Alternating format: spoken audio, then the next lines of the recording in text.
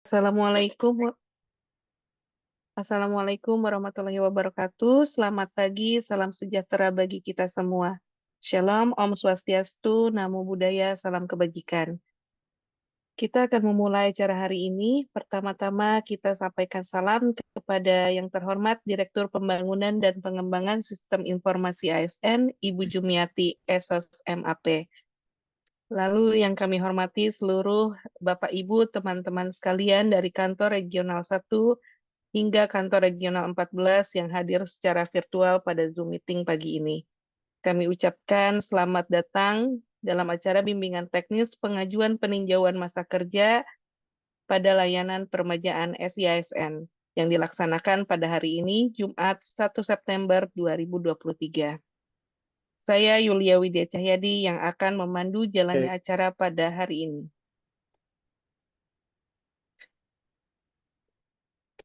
Baik Bapak Ibu teman-teman yang berbahagia, acara pertama adalah sambutan serta pembukaan yang akan disampaikan oleh Direktur Pembangunan dan Pengembangan SIASN kepada Ibu Jumiati Esos MAP. Dengan hormat kami silakan. Baik, Bismillahirrahmanirrahim. Assalamualaikum warahmatullahi wabarakatuh. Salam sejahtera untuk kita semua. Salam, Om Swastiastu, Namo Buddhaya, salam kebajikan. Terima kasih Mbak Yulia, pertama kali saya ucapkan untuk waktunya.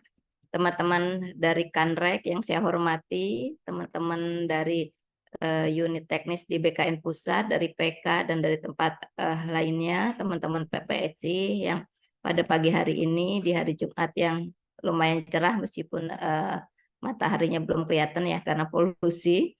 Jadi terima kasih sekali lagi untuk kehadirannya pada pagi hari ini. Jadi pada pagi hari ini kita akan melakukan BIMTEK kaitan dengan modul peninjauan masa kerja. Jadi yang saya searching pagi ini teman-teman, jadi masa kerja ini sangat penting dalam proses kita bekerja di instansi. Karena bagaimanapun masa kerja ini mempengaruhi banyak hal terhadap produktivitas kita di pekerjaan. Jadi kalau yang saya search tadi pagi itu masa kerja itu tidak hanya kita di lingkungan pemerintah yang sangat-sangat memperhatikan, ternyata swasta pun sangat memperhatikan karena ada banyak dampaknya. Apakah itu kaitan dengan kesejahteraan atau mungkin nanti pada saat kita purna, maka ini juga berdampak juga terhadap gaji ataupun tunjangan yang diberikan kepada kita. Jadi ini untuk bisa sampai kita memperoleh masa kerja yang exact ya, yang valid, tentunya butuh effort ya, butuh effort. Selama ini memang pelaksanakan mayoritas adalah secara manual ya, manual atau konvensional, di mana menggunakan berkas-berkas, dokumen dan sebagainya, ataupun juga menggunakan dalam penghitungan algoritmanya menggunakan Excel atau mungkin manual, lebih manual lagi. Namun demikian, dalam proses transformasi digital dalam manajemen ASN, tentunya hal ini akan sangat menghambat apabila memang target kita adalah percepatan ataupun juga tentunya keakuratan data. Jadi teman-teman sekalian, modul ini dibuat memang dalam rangka tadi memudahkan, melancarkan pekerjaan tugas kita, khususnya dalam rangka menghitung gitu ya. Di sisi lain juga bermanfaat dalam mendokumentasikan, karena selama ini memang konsepnya berkasnya sendiri pun mungkin mekanisme penyimpanannya masih fisik ya, masih bisa saja tercerai-berai dan juga tentunya bisa tidak didokumentasikan dengan apik. Sehingga dengan adanya sistem ini diharapkan proses kita dalam peninjauan masa kerja itu berjalan secara digital. Mulai dari usulannya untuk kemudian nanti proses-proses di dalamnya, penghitungan masa kerjanya, untuk kemudian nanti diperoleh untuk kemudian nanti diterbitkan SK-nya. Nah, ini tentunya akan sangat terbantu sekali dengan adanya TIK. Karena bagaimanapun TIK itu kan hadirnya untuk memudahkan, menyamankan kita dalam berbagai hal, ya baik bekerja maupun dalam berkehidupan sehari-hari. Nah, dengan adanya modul ini memang ada effort yang harus kita lakukan. Yang pertama yaitu kita harus meluangkan waktu untuk belajar, mempelajari, menggunakan, untuk kemudian nanti jika ada hal-hal yang terkendala, itu bisa kita komunikasikan satu dengan yang lain. Sehingga hal ini tentunya bukan saja menjadi tugas dari PPSI, tetapi juga tugas bersama kita, baik teman-teman di Kanrek sebagai yang mengoperating maupun teman-teman di unit teknis yang juga menggunakan ini, sehingga tentunya di akhir dari proses yang berjalan, semuanya berjalan dengan baik dan lancar.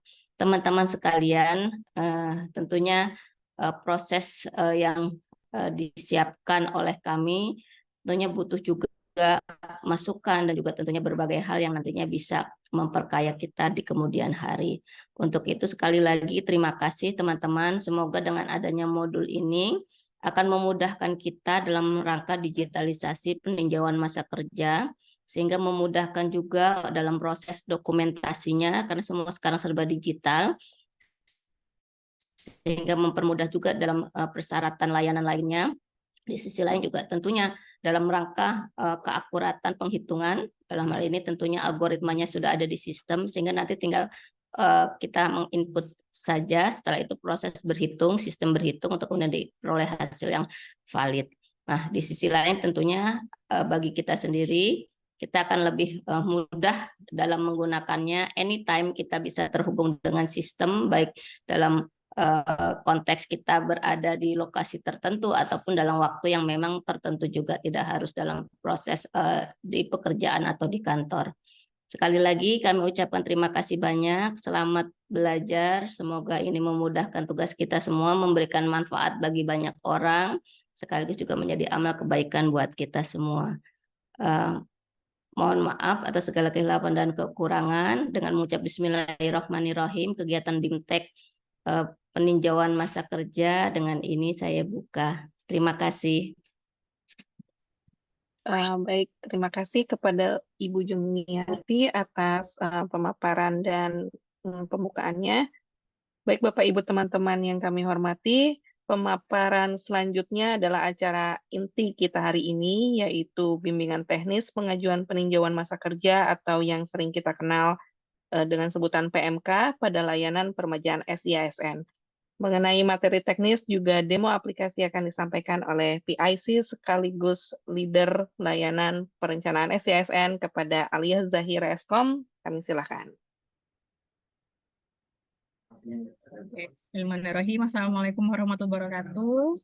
Selamat pagi, salam sejahtera bagi kita semua. Pertama-tama terima kasih teman-teman kantor regional yang telah bersedia hadir dalam bimbingan teknis PMK hari ini.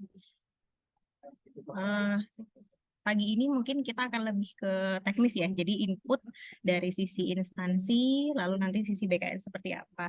Mungkin sebelumnya saya jelaskan dulu, PMK ini itu sebenarnya usulannya mirip dengan layanan lain seperti KP, pensiun, seperti itu ya, agak berbeda dengan layanan peremajaan yang lain.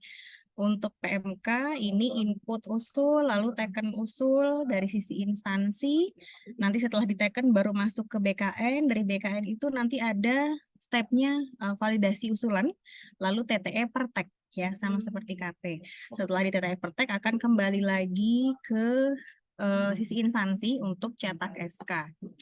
Jadi memang yang PMK ini sangat berbeda dengan layanan peremajaan yang lain. Saya izin share screen ya.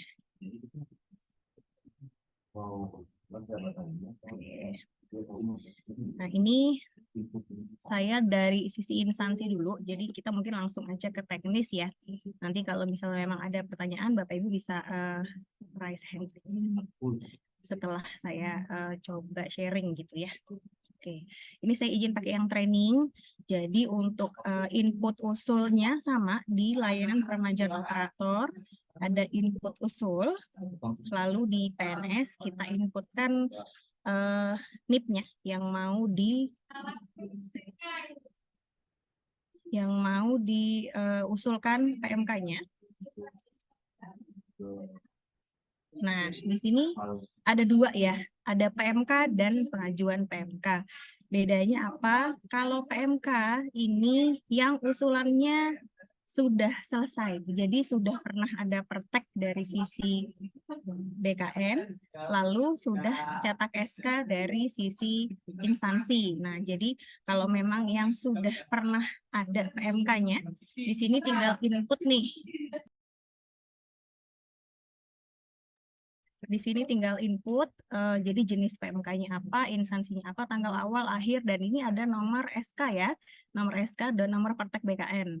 Ini jika prosesnya sudah selesai, karena memang dulu PMK itu kan masih manual, jadi kalau memang sudah keluar praktek manual dari BKN dan SK manual dari instansi, bisa tinggal diinputkan saja di sini, dokumen pendukungnya juga ada SK PMK-nya di sini. Ini untuk PMK yang sudah selesai atau sudah terjadi ya. Nah, sekarang ini yang kita mintakan adalah pengajuan PMK atau yang baru mau mengusulkan nih penginputan masa kerjanya. Ada kolom-kolom yang harus diinput. Ini yang pertama adalah data eselon 1 atau eselon 2 sebagai PPK atau PYB yang menyetujui usulan PMK. Nah, ini nantinya akan muncul di Pertek. Jadi silahkan diinputkan nama jabatan, misalnya kepala, BK, PSDM apa gitu ya. Ini nama jabatannya, lalu namanya siapa, misalnya namanya saya gitu ya, NIP-nya silahkan diinputkan. Nanti ini akan muncul di Pertek. Jadi kalau misalnya Pertek PMK ini agak berbeda ya. Kalau KP itu kan Perteknya hanya ada DS di sebelah kanan.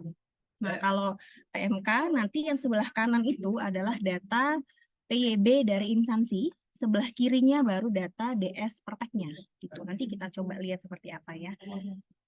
Oke, selanjutnya adalah total. Ini total sudah dihitung otomatis. Jadi yang kita inputkan adalah instansi. Karena instansi ini bisa beberapa, jadi misalnya dia punya 2 instansi gitu ya, dia mau menginputkan 3 juga bisa. Jadi tergantung memang masa kerjanya itu ada berapa dan di mana aja. Yang diinputkan pertama kali adalah jenis peninjauan masa kerja. Itu ada negeri dan swasta. Negeri dan swasta ini bedanya, kalau negeri itu masa kerjanya akan di-cover semua, jadi bisa di-input semuanya tanpa ada maksimal gitu ya kalau negeri. Tapi kalau swasta ini nanti akan dibagi 2 juga untuk masa kerja tahun dan bulannya, serta swasta itu maksimal hanya bisa diajukan 8 tahun. Artinya 16 tahun masa kerja nanti dibagi 2 jadi 8. Jadi hanya 8 tahun yang bisa diajukan maksimal untuk swasta gitu. 8 tahun tuh berarti 16 ya. Jadi 16 tahun dia kerja di swasta, bagi 2 nih baru 8. 8 itu yang bisa diinput gitu, diusulkan ke BKN. Nah, ini kita coba negeri, misalnya apa.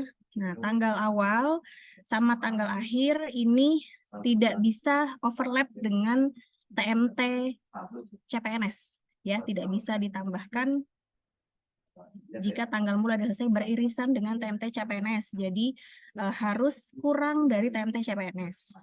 Lalu, kita coba ya. 2009. Tanggal akhir juga kita input misalnya 2011. Nah, ini sudah otomatis menghitung ya dari sistem. Jadi tanggal awal dan tanggal akhirnya berapa, ini sudah menghitung. Cara menghitungnya, kalau tanggal awalnya startnya tanggal 1 sampai dengan 15, itu dihitung 1 bulan. Tapi kalau tanggal akhirnya 16 sampai dengan 31 itu dihitungnya 1 bulan. Kalau kurang dari tanggal 15 itu tidak dihitung. Gitu ya. Jadi contohnya ini bulan 9 2009 nih. 9, 10, 11. 2 tahun pas ya. Kenapa? Karena ini tanggal 1 gitu. Kalau misalnya ini mau diganti, ini harus dihapus. Jadi ini memang kita sengaja nggak buat ketik ya, karena terakhir testing pertama, kalau diketik itu penghitungannya error. Jadi memang harus dipilih. Dipilih dari sini. Ini kalau overlapping juga dia nggak mau ya. Nggak bisa tanggal akhir itu lebih kecil daripada tanggal awal. Jadi harus lebih tua tanggalnya gitu. Ya, seperti ini. Nah, nanti kalau misalnya mau menambahkan lagi nih, bisa klik tambah di instansi kedua, misalnya yang swasta. Misalnya apa? Tanggal awal itu juga tidak bisa dia overlap dengan yang atas. Jadi kalau yang atas ini misalnya 2009. Saya 2009 September. Dia nggak mau karena bersinggungan dengan instansi yang pertama. Jadi harus setelah dari yang instansi yang pertama gitu. Dia nggak mau overlapping juga. 2011 sampai tanggal akhirnya 2016 misalnya. Nah, ini sudah otomatis menghitung juga. Jadi ini dihitung 5 tahun, nanti dibagi duanya, berarti 2 tahun 6 bulan gitu ya. Otomatis nanti yang diusulkan adalah 2 tahun 6 bulannya, bukan yang 5 tahun. Seperti itu untuk yang negeri sama swasta. Nah, dokumen pendukung ini semuanya di sini mandatori ya. Ini kami sudah informasi ke Direktorat PK, memang ini yang dibutuhkan. Yang pertama adalah surat kontrak kerja atau SK pengangkatan. Silakan diinputkan. Lalu ada kemudian.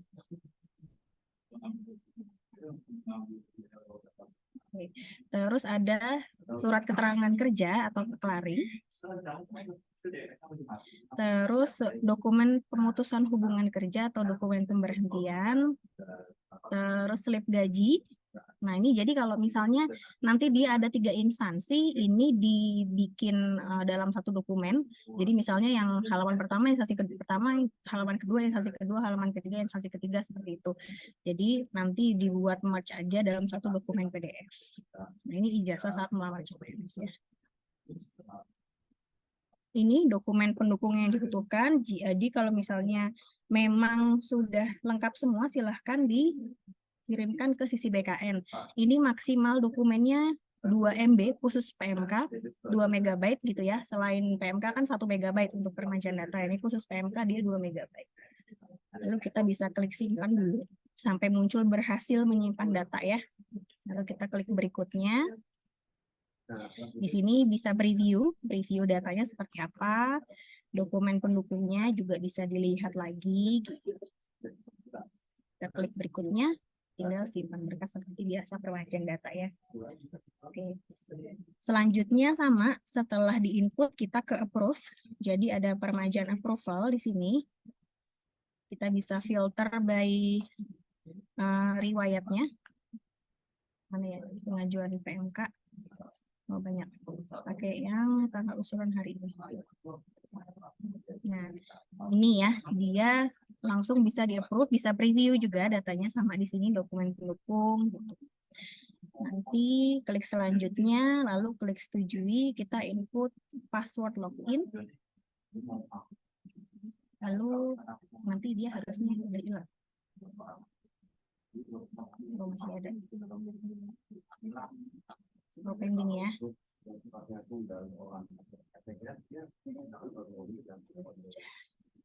Memang oke, udah berhasil nih ya. Data telah berhasil disimpan. Terus kita coba cek lagi. Udah hilang ya. Nah, nanti kalau misalnya sudah di-approve dari sisi instansi, akan masuk ke sisi BKN. Untuk status usulannya itu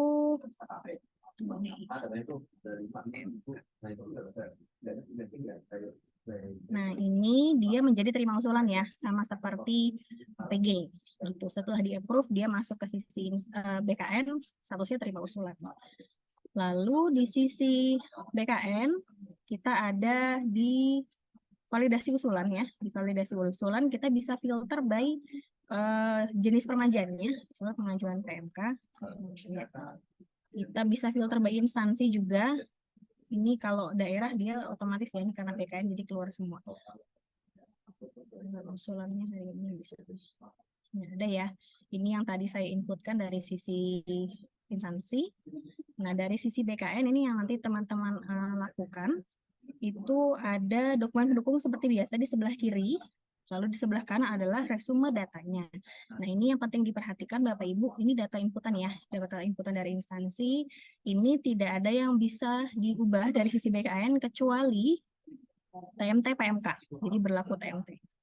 Ya, jadi di sini ada total, banyak total. Total yang pertama adalah total masa kerja pengajuan. Ini yang tadi dihitung otomatis dari sistem ya. Jadi dia mengajukan instansi A, B, C, D, E. Nah, ini totalnya berapa? Kalau ini dapat 3 tahun 6 bulan adalah dari total instansi pertama 1 tahun.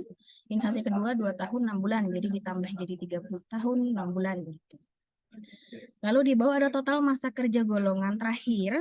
ini ngambilnya dari data utama. Jadi kita ngambil dari data profilnya ya. Total masa kerja yang terbaru latest saat ini itu berapa, nah ini akan dimunculkan di sini. Lalu ada mulai dan sampai dengan, ini kita nge-get dulu nih TMT golongan terakhirnya. TMT golongan terakhir ini juga dari data utama, jadi kalau misalnya kita mau cek ya, kita cek dari profil, ya nggak bisa di-tracking, ada di sini aja.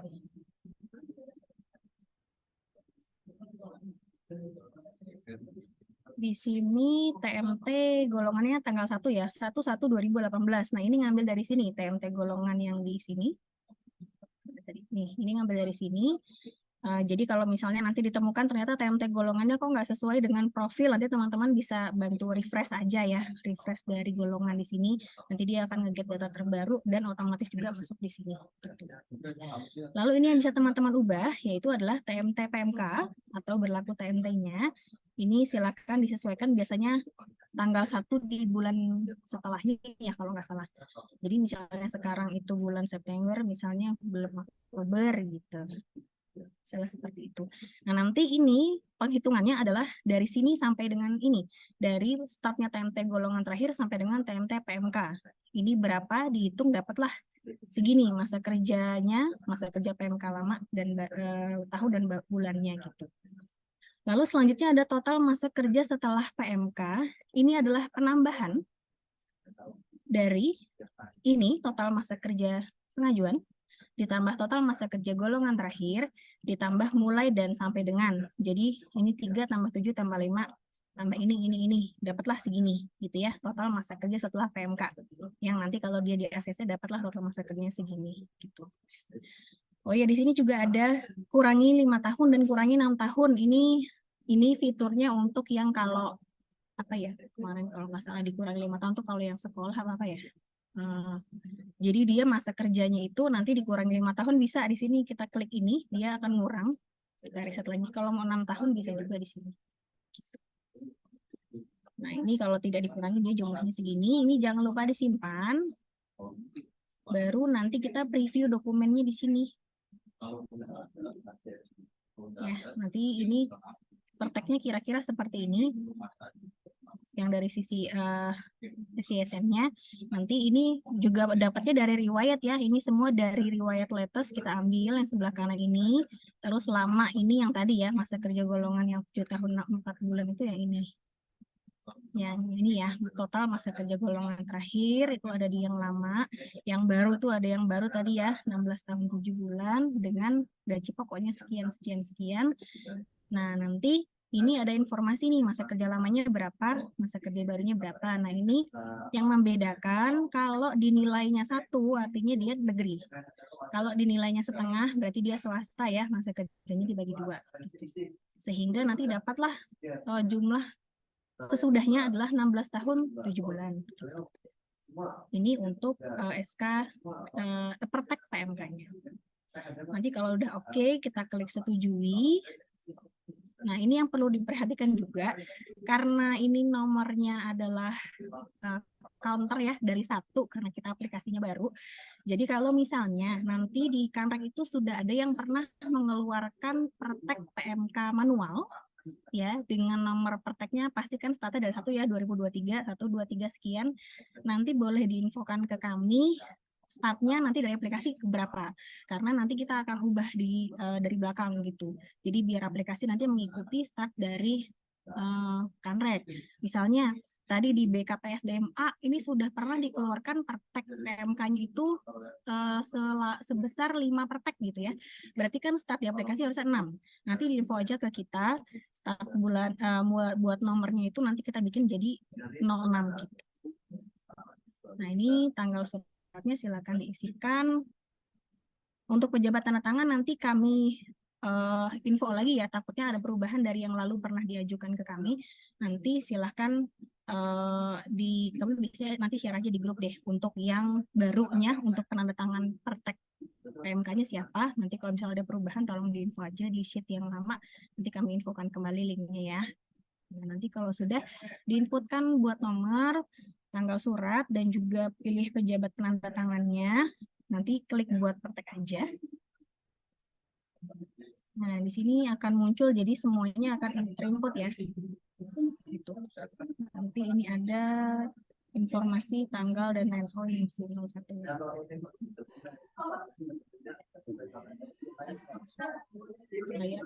Nanti ini harusnya masuk ya nomor prakteknya berapa sama tanggalnya gitu. Kalau yang saat ini, kondisi saat ini memang PMK sudah dipilotkan untuk instansi pusat sekitar ada berapa belas instansi gitu ya untuk yang PMK-nya. Nah, untuk yang Kanrek ini kami memang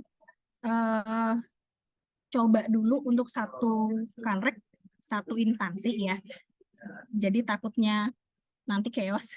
Jadi mau coba satu Kanrek, satu instansi aja, arahannya seperti itu, agar nanti kita lihat nih udah smooth belum. Kalau misalnya sudah smooth, kita baru nanti buka untuk all gitu. Jadi teman-teman fokus ke satu instansi dulu, nanti diajukan ke kami aja, instansi mana yang mau dipilotkan gitu ya. Nanti bisa langsung diinputkan aja PMK-nya, lalu teman-teman instansi coba untuk buatkan praktek di instansi tersebut gitu. Oke, ini kira-kira nanti prakteknya seperti ini, lalu klik kirim usulan aja, dia akan masuk ke tanda tangan. Di sini juga kalau di TTE peramajaan, sekarang sudah ada 2 ya, PG dan pengajuan PMK, kita bisa filter aja. Nah ini ya, tadi kita bisa TTE aja.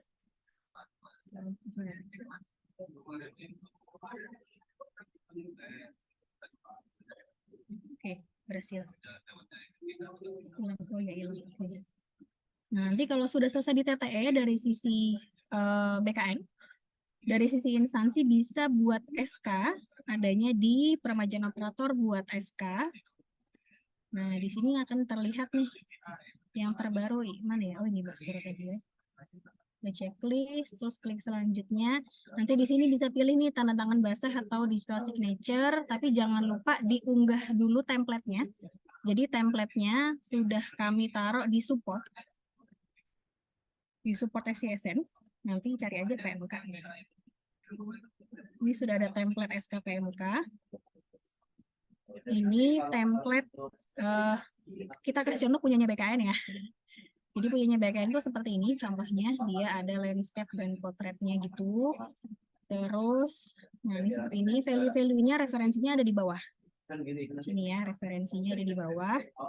Terus nanti kalau misalnya memang template-nya sudah selesai dibuat oleh instansi, silakan diunggah di admin. Ya, seperti biasa di admin. Terus unggah template, di sini ada peremajaan data. Ya, SKPMK. Silakan diunggah di sini, nanti akan terlihat dokumennya di sini yang diunggah. Gitu. Setelah diunggah baru deh kita ke buat SK. Nah, yang tadi itu mana? Kalau tanda tangan basah ya seperti biasa ya, diisi nomor surat, tanggal surat, nanti dia klik buat surat, nanti muncul deh di sini untuk di-download, terus di-upload lagi. Setelah di-upload, nanti baru deh dia masuk ke riwayat PMK-nya. Kalau DS juga sama, misalnya ini diisi nomor suratnya, tanggal suratnya, pejabat penandatangannya siapa. Ini preview prakteknya bisa juga di sini ya. Dan juga nanti bisa preview surat keputusannya. Oh ya, sebagai informasi, nanti kalau misalnya sudah selesai PMK-nya, itu dia akan menjadi beda riwayat untuk setiap instansi ya. Jadi kalau misalnya tadi saya nginput 2 riwayat, 2 instansi. Nah, kalau misalnya tadi saya menginput di 2 instansi, itu dia akan muncul 2 riwayat. Ini contoh ya. Contoh ini yang pernah saya testing kemarin. Nah, ini dia nomor SK-nya nanti akan sama, tanggal SK-nya sama, nomor prakteknya sama, tanggal BKN-nya sama, cuma nanti ini kita masih testing lagi deh, kenapa nggak muncul lagi ya. Jadi tanggal awal dan akhirnya nanti dia berbeda, nama instansinya pun berbeda gitu. Jadi kalau dia mengusulkan 5 instansi ya akan jadi 5 riwayat, tapi nomor SK, tanggal SK, nomor BKN, tanggal BKN-nya sama gitu. Hanya masa kerjanya yang berbeda-beda ya setiap instansinya gitu. Nanti ini kalau misalnya sudah terinput di sini, dia harusnya otomatis masuk ke masa kerja ini, gitu. Tapi kalau belum otomatis ya nanti refresh aja di revisi sebelumnya, dia otomatis masuk masa kerjanya gitu. Itu mungkin dari aplikasi ya. Jadi nanti mungkin concernnya teman-teman mohon diinfo ke kami satu instansi mana yang kita jadikan, kita piloting dulu deh sebulan lah ya, paling enggak sebulan kita piloting satu instansi untuk pengusulan PMK nih. Beberapa memang Kanrek sudah ada yang tanya ke saya, udah bisa belum Mbak PMK-nya? Nah, sekarang ini kita coba dulu untuk satu instansi ya setiap Kanrek, nanti diinfokan ke kami. Terus tadi kalau misalnya sudah pernah keluar praktek manual di instansi tersebut, infokan ke kita biar nanti kita ubah counternya saat dipraktekkan. Itu mungkin dari aplikasi. Saya kembalikan ke Mbak Yulia, mungkin Mbak nanti kita tanya jawab ya. Terima kasih. Oke. Wassalamualaikum warahmatullahi wabarakatuh. Waalaikumsalam warahmatullahi wabarakatuh. Terima kasih Mbak Alia Zaira atas pemaparannya. Mohon teman-teman Kanrek juga dinotis ya untuk dua tadi informasi mengenai satu instansi yang piloting setiap Kanrek. Lalu yang kedua adalah penomoran pertek untuk diinformasikan kepada kami jika memang ada pertek yang sudah keluar di tahun 2023 ini. Baik Bapak Ibu teman-teman sekalian, karena pemaparan sudah selesai, kita tiba di acara sesi terakhir yaitu sesi diskusi. Bagi Bapak Ibu yang memiliki pertanyaan kepada pemateri, kami silakan untuk bertanya. Mbak Widya, saya ada Mbak. Ya, silakan. Ridwan dari Kanrek 2. Oh iya, silakan Pak Ridwan. Mohon maaf off cam ya. Oh iya Sinyalnya Pak. soalnya kurang bagus. Baik, Bu Jumi sudah live ya Kak? Bu Jumi, teman-teman Kanrek dan BKN Pusat serta dari PPSI ASN, ada Mbak Aya dan Mbak Yulia. Pertama mungkin begini, di kami ketika masuk Kanrek 2 sejak Maret tahun 2022, kami ada perubahan SOP sedikit karena ada case-case yang membuat kami menambah filtering di SOP. Jadi begini, Undang-Undang Guru dan Dosen tahun 2005 itu menyebutkan bahwa guru itu minimal S1 sejak tahun 2005. Dosen minimal S2. Undang-undang di sektor kesehatan juga menyebutkan bahwa nakes itu minimal D3. Gitu ya. Sehingga ketika ada guru yang katakanlah dia mengajukan PMK dari tahun 2010, tapi kemudian sampai dengan 2022 misalnya, jadi harusnya 12 tahun ya, tapi ternyata yang bersangkutan itu baru dapat S1-nya tahun 2015. Kalau dari keterangannya Mbak Ayat tadi, kan Kanrek tidak bisa mengubah-ubah tanggal ya. Dengan demikian lama usulan PMK, dengan demikian yang harusnya yang bersangkutan 12 tahun. Tapi bagi kami kurangi lagi. Kuranginya sampai kapan? Sampai kami akan akui untuk guru sejak dia S1. Jadi kalau dalam kasus ini bukan dari 2010, 2015 sampai 2022. Jadi hanya 7 tahun. Demikian juga dosen. Dosen ada beberapa PMK yang mengajar jadi dosennya sejak dia S1. S2-nya baru beberapa tahun kemudian gitu. Yang D3 yang nakes rata-rata sudah minimal D3 sudah. Nah, dari itu kemudian kami mensyaratkan bahwa PMK yang akan kami akui adalah PMK yang basis pendidikannya minimum sama dengan yang ada di aturan perundang-undangan. Jadi nanti kami perlu penjelasan bagaimana kami akan mengimplementasi SOP khusus di Kanrek 2 ini. Atau jangan-jangan kita memang harus dari sisi validator ya, harus ada field yang dibuka. Jadi usulan 10 tahun mungkin tidak 10 tahun, mungkin jadi 5 tahun kalau melihat kasus-kasus seperti kami. Nah, ini mohon penjelasan. Kemudian yang kedua, yang menandatangani PMK itu levelnya siapa kalau di Kanrek? Saya ingin tahu saja, karena di kami mungkin ada aturan khusus lagi. Sementara itu, Mbak Yulia, terima kasih. Ya, baik. Terima kasih Pak Ridwan atas pertanyaannya. Mbak Aya, silakan untuk langsung dijawab 2 pertanyaan dari Pak Ridwan. Baik, terima kasih Pak pertanyaannya. Izin menjawab untuk pertanyaan pertama, memang tadi sudah kita fasilitasi sebenarnya ya di, sebentar saya share screen lagi.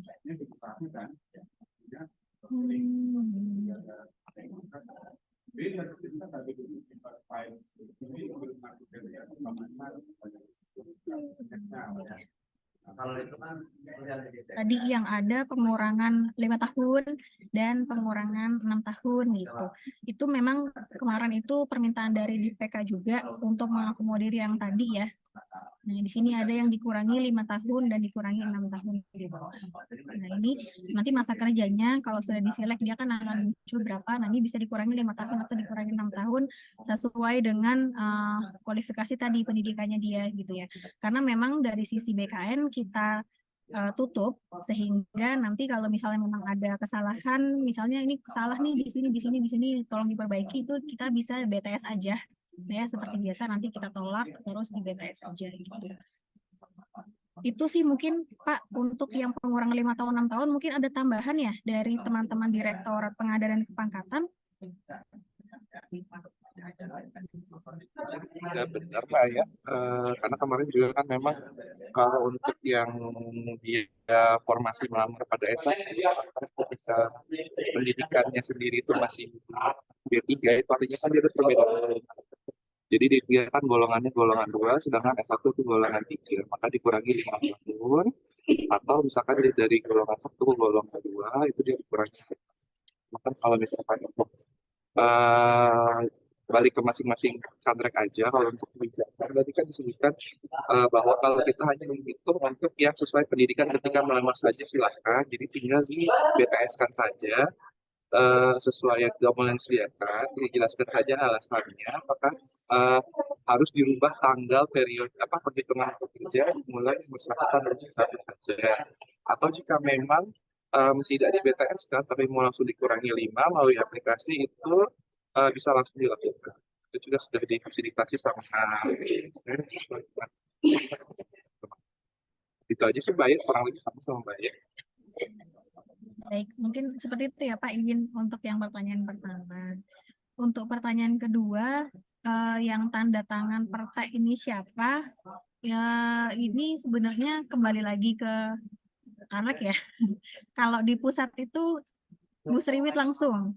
Jadi PG, PMK itu langsung ditandatangani Ibu Direktur. Tapi kalau di Kanrek, monggo kewenangannya seperti apa kami kembalikan. Nanti kalau misalnya memang ada perubahan, siapa yang menandatangani PMK, kita dulu pernah gather informasinya. Tapi kalau misalnya nanti ada perubahan orang, tolong diinfokan aja, nanti kita perbaiki gitu. Kita tambahin untuk dia kewenangan TTE-nya gitu. Itu mungkin ya Pak untuk 2 pertanyaan berikut. Ada tambahan lain mungkin Pak? Izin. Siap itu ya. Jadi pakai mekanisme BTS saja ya kalau misalnya kita anggap salah gitu ya. Ya. Baik. Karena informasi tambahan mungkin Mbak Aya, ada juga beberapa wilayah kerja yang kami notis nih pemalsuan dokumen. Jadi yayasan misalnya, yayasan pendidikan, biasanya kan gini kan, guru sudah keterima CPNS gitu ya, kemudian dia ngaku kemarin dikasih 15 tahun di yayasan. Itu beberapa melakukan pemalsuan pemalsuan dokumen gitu. Masa ada sih zaman tahun 2002 sudah ada nomor HP yang gitu-gitu. Itu mungkin ya ini kami aja. Jadi nanti biar urusan kami saja, entah BTS entah TMS. Makasih Mbak Aya ya. Baik, sama-sama Pak. Baik, terima kasih kepada Pak Ridwan atas informasinya. Baik, pertanyaan selanjutnya. Mohon izin satu Mbak. Izin Kantek 6. Iya, silakan Pak. Kantek 6 dulu ya Mbak. Iya, Kantek 6. Iya. Mohon izin ini saya ikut Zoom teman saya tadi yang punya saya putus tiba-tiba karena ringan mungkin. Jadi agak telat juga tadi apa yang disampaikan dari Pak Ridwan. Mohon izin Mbak Yulia terkait PMK ini memang agak sedikit berbeda dengan aplikasi dan juga dulu yang manual. Jadi kalau kita mengerjakan PMK itu kadang-kadang di pertek kita itu banyak coretan-coretan. Kalau yang seperti dimaksud ada pengurangan tadi 6 tahun ketika ada PMK sebagai di golongan 2 ijazah, misalnya ijazah SMA, kemudian eh, yang di PMK yang lain atau di honorer yang lain, di pengalaman yang lain ada S1, maka ada pengurangan 5 tahun ataupun 6 tahun. Tapi kadang-kadang kita di lapangan tidak sesederhana itu, Mbak Yulia. Misalnya gini, misalnya yang bersangkutan honor di satu instansi yang sama, sebagian tahun, misalnya di 3 tahun, yang bersangkutan memakai ijazah D3. Kan gitu, memakai ijazah D3 selama 3 tahun. Kemudian 5 tahun atau 6 tahun kemudian dia menggunakan ijazah S1 setelah yang bersangkutan memperoleh ijazah S1. Kemudian diangkat CPNS menjadi ijazah S1 juga. Biasanya kami kalau secara manual tidak langsung yang 3 tahun itu ditotalkan dari yang menggunakan ijazah D3 sama ijazah S1, kita total kurang 5 tahun, tidak seperti itu. Kadang-kadang kita melihat yang mana yang menguntungkan buat yang bersangkutan. Kalaulah tadi yang ijazah D3 3 tahun tambah yang 5 tahun atau 6 tahun dijumlahin kemudian dikurangi 5 tahun, itu akan merugikan. Makanya kita akan menghitung mungkin sejak yang bersangkutan memperoleh ijazah S1. Mungkin itu yang pertama yang akan kita lakukan. Kecuali kalau yang menggunakan ijazah D3 ataupun SMA-nya di atas 5 tahun, misalnya 7 tahun, ya, kita akan mengurangi step by step. Ketika menggunakan ijazah SMA atau D3, kita kurangi 5 tahun, baru dapat hasil.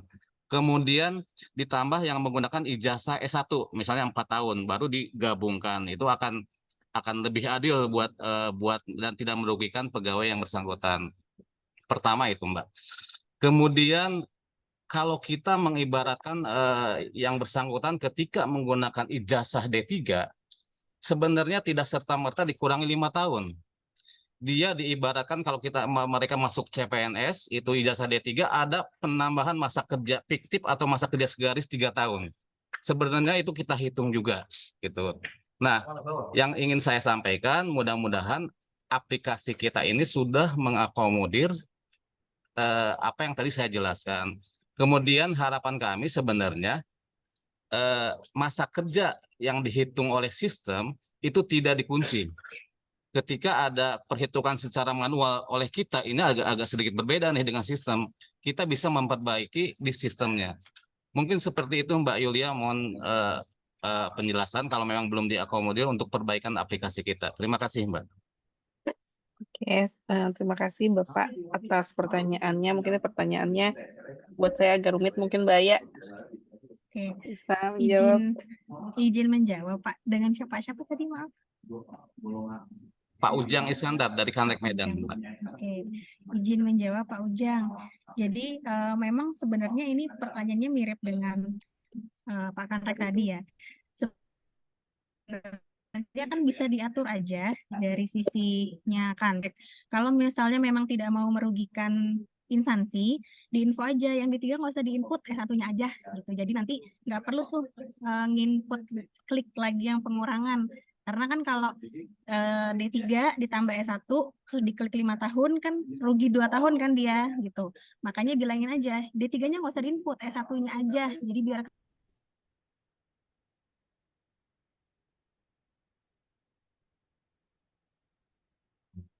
Mbak Aya? Macet. Ya Mbak Aya. Tahun gitu. Itu kan halo. Mbak Aya, diulang lagi Mbak. Oh, halo, tadi ini macet. Aduh, BKNRI-nya Dari ya. yang pengurangan yang izin perhitungan mengulangi. D3 S1. Oke. Jadi tadi kan infonya udah jelas belum nih? Udah. Jelas. Oke. Tadi kan infonya dia ada input D3 3 tahun, lalu S1 5 tahun. Kalau misalnya ditambah terus dikurangi 5 tahun kan dia merugi ya, banyak dipotong 5 tahun. Nah, nanti dari Kanrek aja menginfokan bahwa nggak usah diinput D3-nya, langsung S1-nya aja. Jadi nanti kamu nggak rugi sekian tahun gitu ya. Itu kan bisa diatur nanti dari teman-teman Kanreknya aja. Karena memang kalau dari sisi BKN itu sengaja kami tutup untuk input manualnya. Sebenarnya tadinya tuh fungsinya untuk memanjakan teman-teman Kanrek ya. Udahlah nggak usah bantu hitung-hitung, udah dari sistem. Kalau misalnya memang salah, BTS-in aja. Nanti dari sisi instansi bisa perbaiki input awal dan akhirnya. Seperti tadi Pak, bisa yang D3 nggak usah diinput, S1-nya aja gitu ya. Jadi tetap nanti dapat 5 tahunnya gitu. Seperti itu kan bisa diatur sebenarnya ya. Jadi memang kami tidak sarankan untuk buka dari sisi BKN itu tadi hanya yang TMT-nya aja, berlaku TMT-nya, sehingga nanti dari sisi Kanrek tinggal oke, ACC kalau misalnya memang ada pengurangan ya diklik pengurangan. Kalau misalnya memang kita mencari yang menguntungkan untuk instansi, bisa infokan aja di BTS. Yang D3 hapus aja, ajukan yang S1-nya aja gitu. Itu bisa. Jadi memang itu bisa fleksibel sebenarnya. Kalau misalnya memang mau menguntungkan instansi juga bisa dari sisi aplikasi yang sekarang memang sudah diakomodir seperti itu. Itu mungkin ya Pak ya. Oh iya. Mungkin nanti kita uji coba dulu mungkin ya nanti untuk Iya betul. Nanti kita uji coba satu Kanrek satu instansi. Kita cobalah sebulan ya. Kalau misalnya nanti ada trouble atau apa bisa info di grup aja. Kita punya grup ya, masing-masing grup nanti diinfo aja seperti itu ya. Oke, baik, makasih Mbak. Iya. Oke, baik, terima kasih Pak Ujang untuk pertanyaannya. Untuk teman-teman yang lain mungkin sebelum mau bertanya silakan untuk raise hand dulu ya supaya berurut. Tapi sepertinya ini belum ada yang raise hand. Mungkin sambil menunggu yang raise hand, saya coba bertanya juga nih pada pemateri. Mbak, kalau misalkan dokumen-dokumen pendukung itu ada yang ini nggak, ada yang bisa diganti nggak? Misalnya nih kayak aku kan di swasta itu kan ada paklaring tapi nggak ada dokumen surat pemberhentian. Itu bagaimana tuh ngegantinya gitu? Oke, mungkin Mas Dito bisa dibantu. Izin menjawab, kalau misalkan memang beberapa swasta tidak memiliki keberhasilan.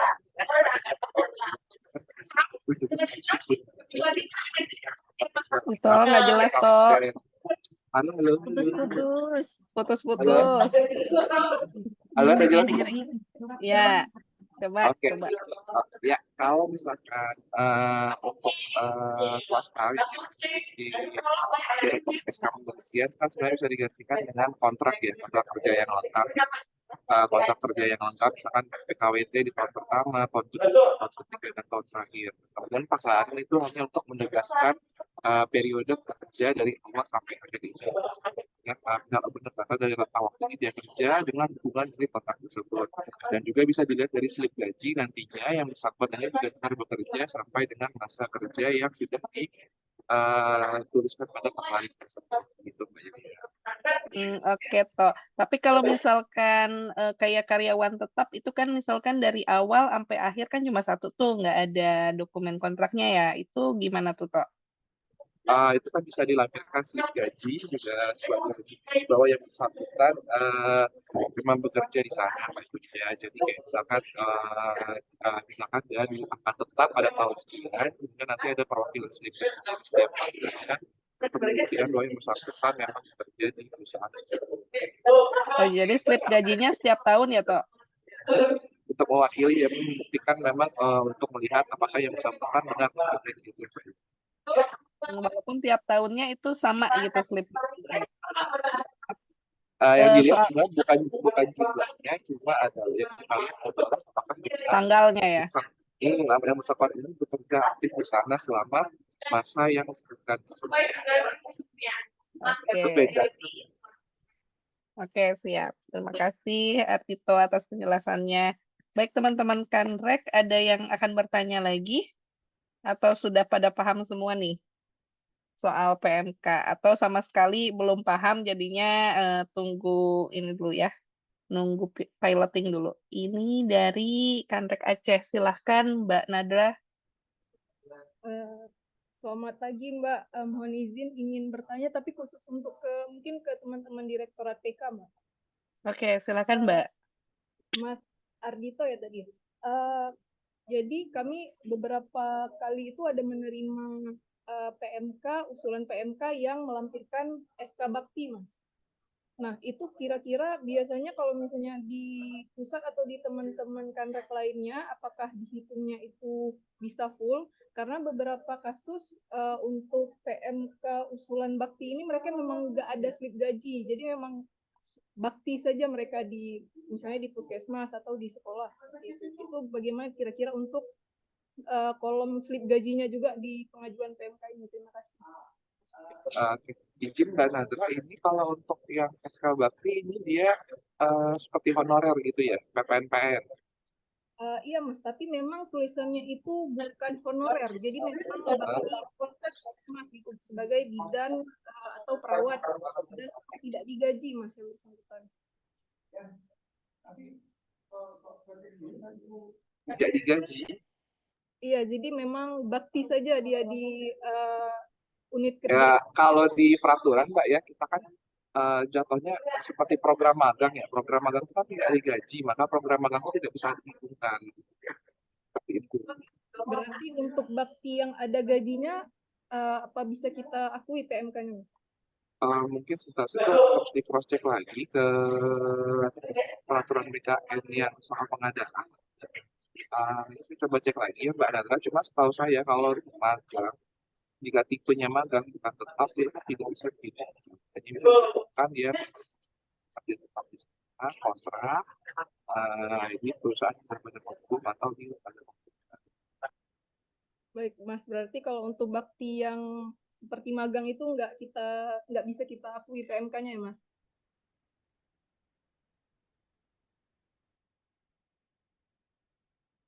Izin bantu jawab. Iya, iya, silakan Bu Marta.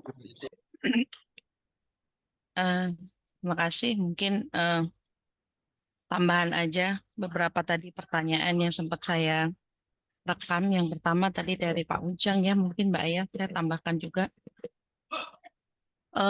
Untuk CPNS D3 itu memang sudah ada masa kerja fiktif ya Pak. Jadi ketika seorang CPNS sudah masuk dengan pendidikan D3, otomatis di data sistem itu juga sudah ditambahkan 3 tahun. Sehingga di dalam PMK yang kita hitung hanya masa kerja sebelum yang bersangkutan masuk CPNS. Artinya masa kerja 3 tahun itu sudah otomatis nih Pak terinput di dalam sistem. Jadi tadi disampaikan Mbak Aya, betul, kita tinggal komunikasi dengan instansi bahwa mana yang menguntungkan buat PNS tersebut silakan dilakukan. Gitu nggih. Prinsipnya sama Pak. Itu yang pertama. Kemudian tadi menjawab juga dari Kanrek Aceh ya, tadi ya barusan ya. Jadi apa yang disampaikan Mas Dito tadi bahwa untuk masa kerja yang bisa dihitung itu adalah masa kerja bagi PNS yang satu perusahaannya jika dia bekerja di swasta maka harus berbadan hukum. Bagaimana kita bisa mengecek perusahaan itu berbadan hukum? Silakan Bapak Ibu cek di Direktorat Jenderal Administrasi Hukum Umum di situsnya Kemenkumham. Bapak Ibu nanti akan bisa mengecek di situ apakah perusahaan itu berbadan hukum atau tidak. Ketika perusahaan tersebut berbadan hukum, maka monggo diikuti sesuai aturan untuk swasta, maka dihitung 50%. Itu nanti otomatis melalui sistem, ya. Jadi kita, kalau saya sama-sama dengan Bapak Ibu semua user, sehingga kita hanya mengecek atau memverifikasi data, apakah data tersebut valid atau tidak. Itu, ya. Karena nanti ketika instansi itu menginputkan tanggal dia pertama masuk sampai dengan pemberhentian, kita hanya memverifikasi dokumen yang dia lampirkan dengan dokumen yang dia input, gitu ya. Jadi itu. Kemudian untuk yang pekerja yang memang tidak bisa diakui, kalau di pusat, ini kita sharing saja. Kalau di pusat itu pengalaman kerja magang, pekerja sukarela, lepas harian, proyek harian itu tidak dapat diperhitungkan. Itu mungkin ada di dalam aturan, kita sampai hari ini masih menggunakan beberapa aturan yang mungkin masih lama, ada PP 98 tahun 2000, kemudian ada yang terbaru itu 2018 tentang petunjuk teknis pengadaan PNS, itu peraturan PKN itu ya Bapak Ibu. Jadi kembali lagi barangkali kita samakan persepsi bahwa untuk mengecek perusahaan yang swasta, monggo dicek di Direktorat Jenderal AHU. Seperti ini sudah disampaikan di kolom chat sama Mas Tito. Dicek di situ. Kalau misalkan memang ada perusahaan yang terdaftar di situ, berarti itu kita bisa akui gitu nggih. Kalaupun tidak, maka itu harus BTS gitu nggih, BTS atau mungkin TMS. Sementara untuk penghitungan masa kerja, karena tadi sudah disampaikan Mbak Aya bahwa itu sudah by system, itu sangat sangat menguntungkan buat kami.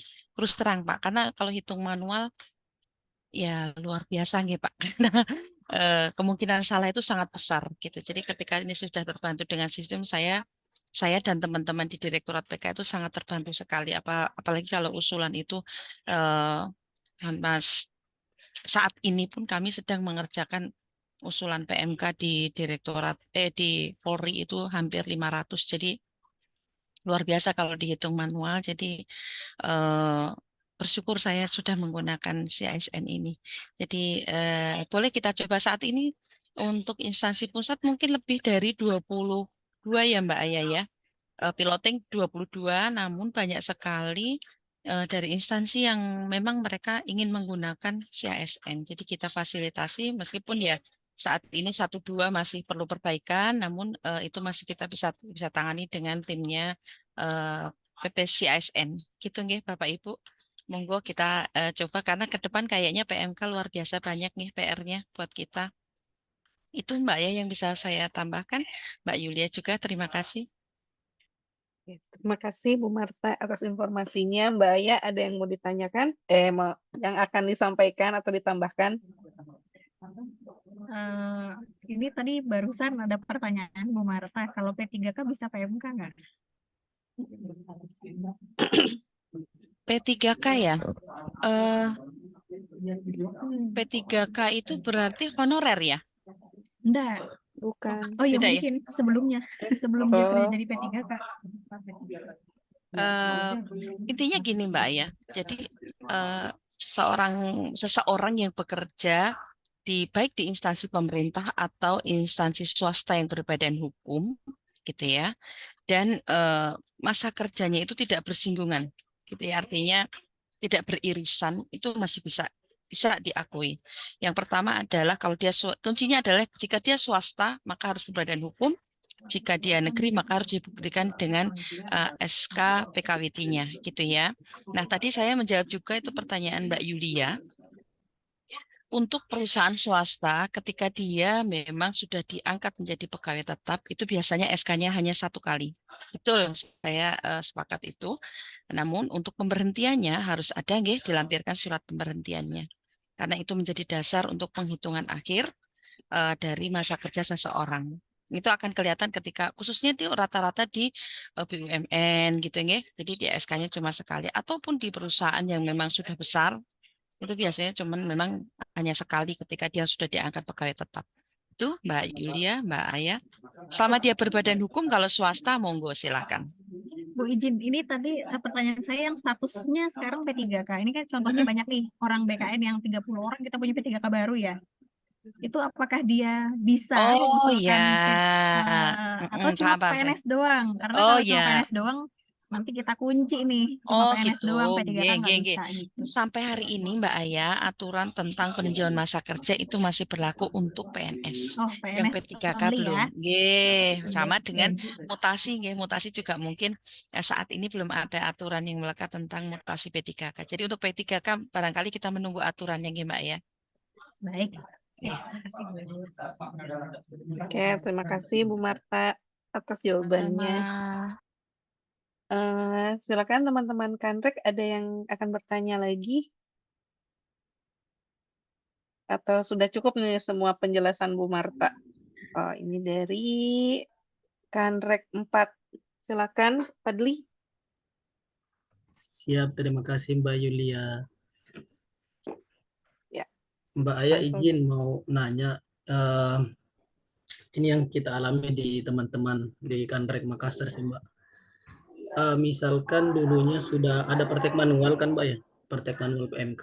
Itu kan pasti di inputnya di riwayat PMK kan ya Mbak. Nah, teman-teman instansi itu kadang setelah mereka menginput lalu di ACC oleh BKN, mereka lihat di data utamanya itu kadang masa kerjanya memang nggak bertambah. Apakah memang nanti pada saat pengusulan KP-nya akan terhitung otomatis atau setelah mereka input eh, riwayat PMK-nya, otomatis masa kerja yang dilihat di data utama itu akan bertambah atau seperti apa, Mbak? Terima kasih karena biasanya mereka panik sih setelah menginput, setelah di ACC kok enggak bertambah masa kerjanya. Gitu, Mbak. Terima kasih. Nanti izin menjawab ya. Jadi yang sekarang memang kalau misalnya dia penginputan PMK itu kita lihat dari, jadi nambahnya itu saat refresh golongan. Refresh golongan itu dia dilihat dari TMT PMK-nya itu harus yang setelah TMT golongan terbaru. Jadi misalnya dia habis sekarang dia habis KP April 2023. Setelahnya dia mengajukan apa namanya PMK, TMT perteknya setelah TMT Golongan terakhir. golongan terakhir itu dia baru nambah gitu, karena dulu infonya seperti itu. Kalau misalnya TMT-nya duluan, dia baru kita tambah tuh di refresh golongan. Nah, nanti kalau misalnya memang ada yang tercecer, dia sebelum TMT PMK-nya itu sebelum dari TMT golongan, memang kita di refresh golongan itu kita nggak tambahin. Takutnya sudah ada yang nempel tuh di TMT golongan sebenarnya. Cuma dia pengen nambah doang riwayatnya, pengen ada nih riwayat PMK seret gitu. Tapi sebenarnya sudah ada itu masa kerjanya nempel di saat KP gitu. Jadi saat refresh golongan itu hanya nambah jika TMT PMK-nya lebih baru dari TMT golongan saat ini. Satu lagi boleh?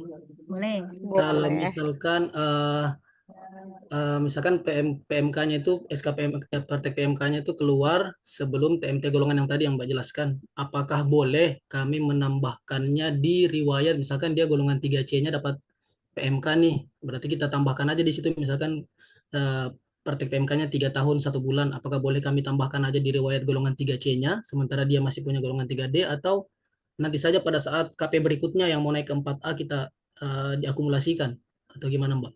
Apa boleh kita tambahkan di riwayat golongan pada saat 3C-nya gitu? Itu gimana Bu Marta? Ya, jadi gini, misalnya ya PMK-nya ditetapkan sebelum KP gitu ya. Misalnya KP-nya 1/10, PMK-nya ditetapkan 1 Mei misalnya ya.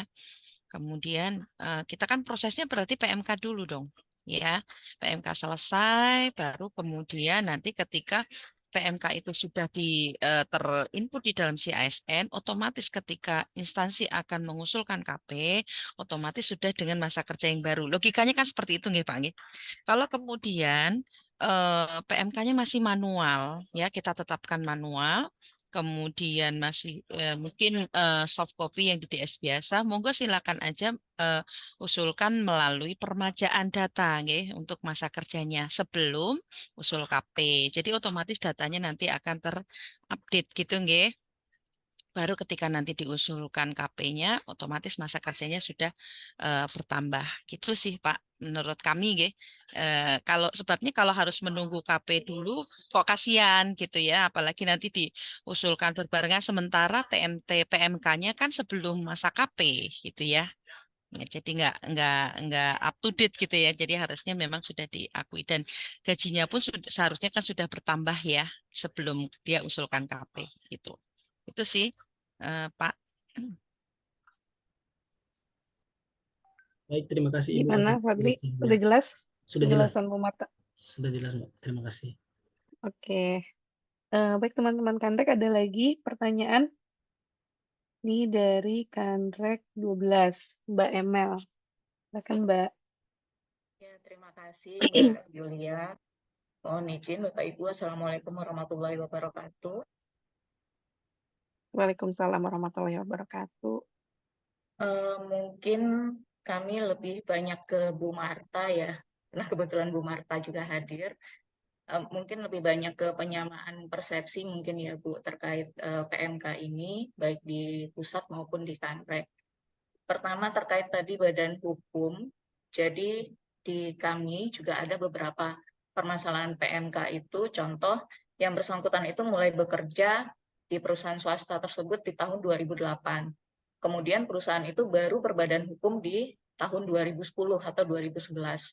Nah ini apakah kita menghitung masa kerjanya itu full dari 2008 atau kita hitung mulai perusahaan itu berbadan hukum.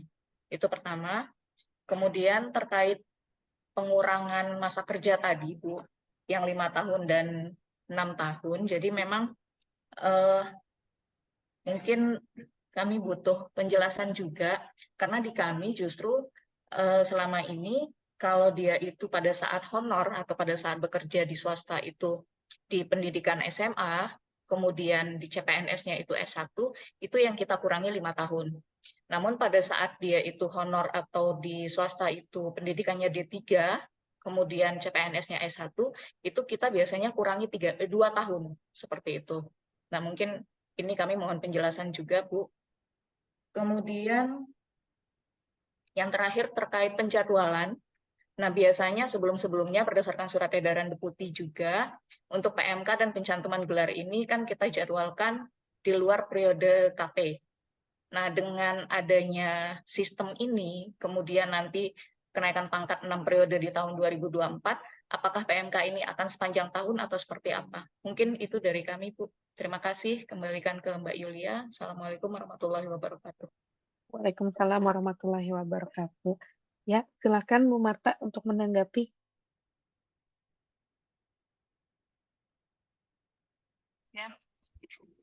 Ya, Bu Emel, terima kasih. Yang pertama tadi untuk yang perusahaan berbadan hukum. Ya, berbadan hukum. Saya sepakat, Bu. Jadi ketika karena aturannya harus berbadan hukum, maka yang kita hitung harus pada saat dia berbadan hukum. Ya, itu saya sepakat. Jadi kita hitung untuk perusahaan tersebut kapan berbadan hukum. Kemudian yang kedua terkait dengan pengurangan masa kerja. Betul, Bu. Jadi ketika tadi di pertanyaan Pak Ujang, bagaimana kalau honorernya misalnya dari D3, kemudian dia lulus S1, jadi ada dua pendidikan ya pada saat masa honorer. Maka kemudian yang diambil ada yang menguntungkan, ambil saja yang S1, jadi tidak perlu dikurangi. Nah, kalau kasusnya Bu Emel, saya tadi sempat nangkap, jadi ketika honorer dia berpendidikan SMA misalnya ya, atau tidak sama pendidikannya dengan S1, ya kalau sesuai dengan garis di PP gaji, itu kan tentu dikurangi 5 tahun ya. Ketika dia masuk golongan 2, ketika honorernya golongan 2, kemudian dia ternyata CPNS-nya S1 golongan 3, maka ada pengurangan masa kerja. Karena itu ada di dalam PP gaji, gitu ya. Gitu. Jadi selama ini kami ketika yang bersangkutan itu di PP gajinya adalah dia golongan 2, maka ya harus dikurangi 5 tahun gitu ya. Itu di kami, Bu.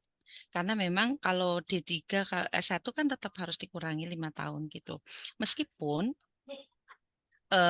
tadi kasusnya juga di Pak Ujang bahwa untuk ketika dia masuk D3 itu ada penambahan masa kerja fiktif. Itu berbeda kasusnya nggih, Bu nggih. Ketika CPN kita dasarnya adalah CPNS dan dasar pendidikan ketika honorer. Itu saja sih Bu yang membedakan.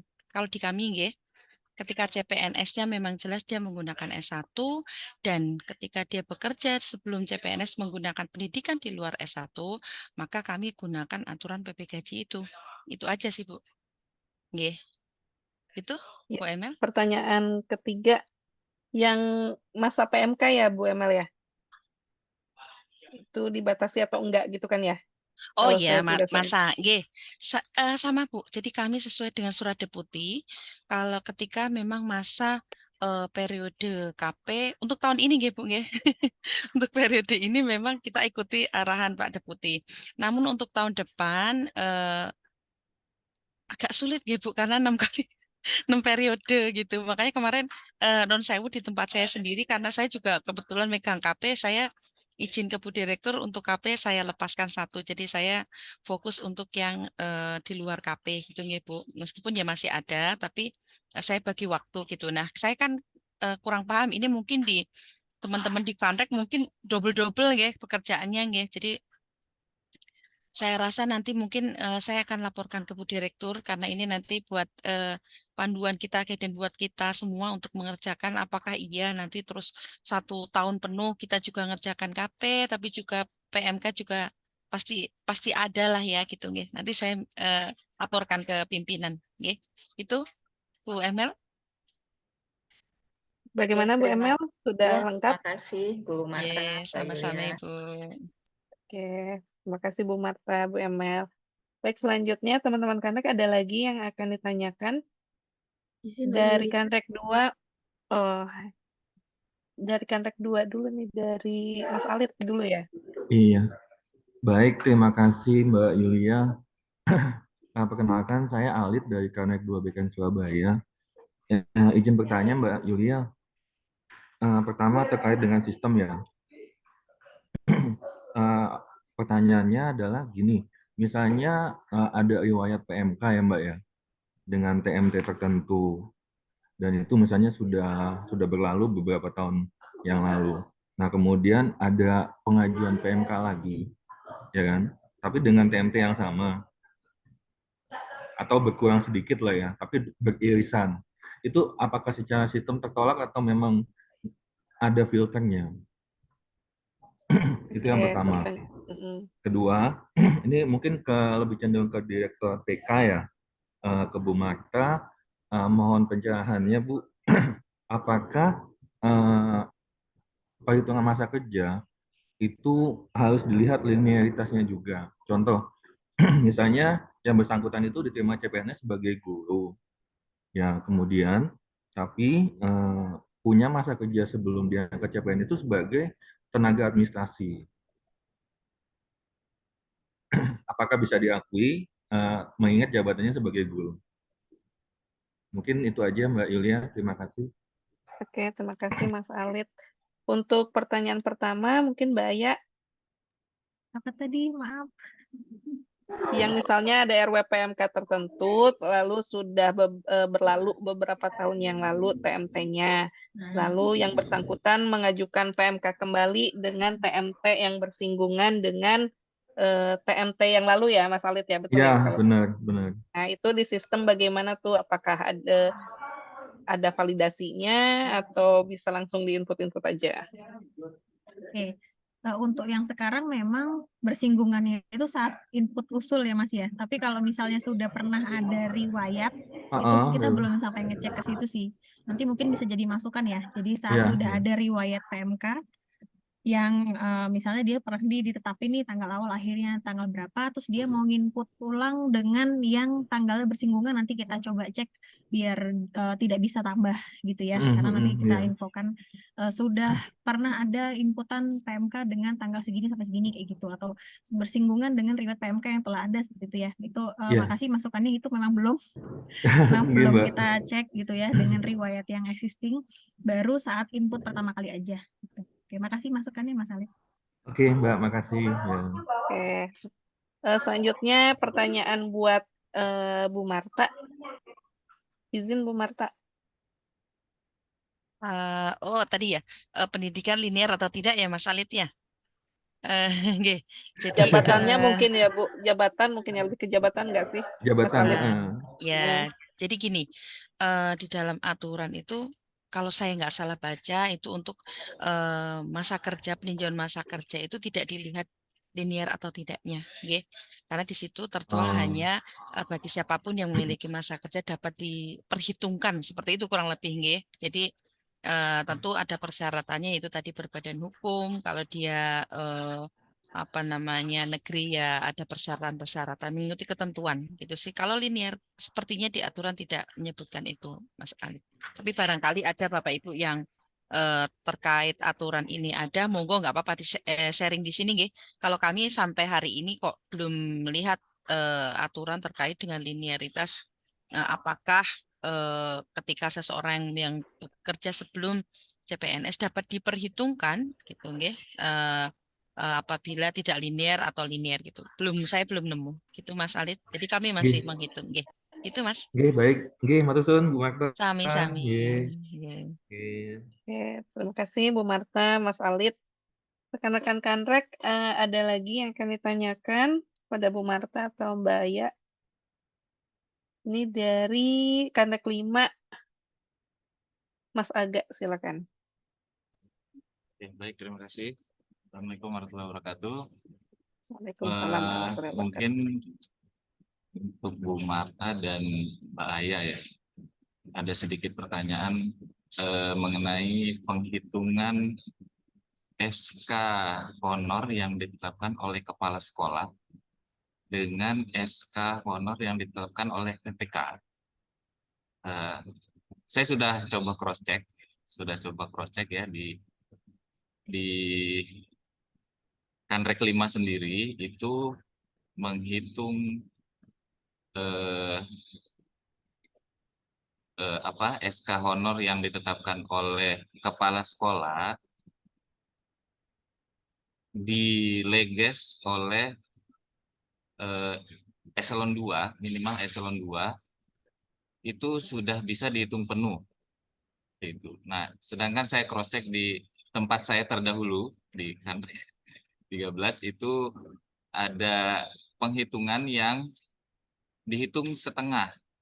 Jadi dihitung setengah karena dia dikeluarkan oleh kepala sekolah. Jadi mohon pencerahannya, aturannya seperti apa gitu, untuk perlakuannya seperti apa. Nah, untuk Mbak Aya mungkin untuk aplikasinya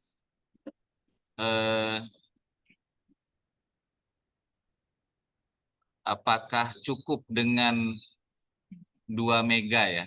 Sedangkan SK honor itu mungkin ada yang sampai 10 tahun gitu kan. Ini ya untuk gajinya mungkin 10 tahun, apakah cukup gitu untuk file 2 mega itu? Oke, terima kasih. Assalamualaikum warahmatullahi wabarakatuh. Waalaikumsalam warahmatullahi wabarakatuh. Mungkin Bu Marta dulu yang menjawab pertanyaan pertama. Silakan Bu.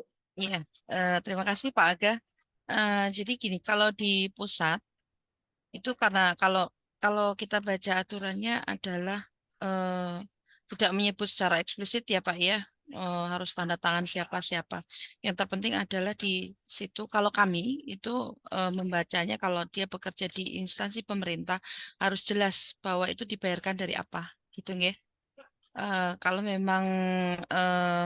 Kalau memang dari honorer biasanya terbaca di anggaran siapa-siapa gitu ya. Biasanya sih tanda tangannya kadang-kadang PPK, kadang-kadang ada pendelegasian wewenang gitu nggih.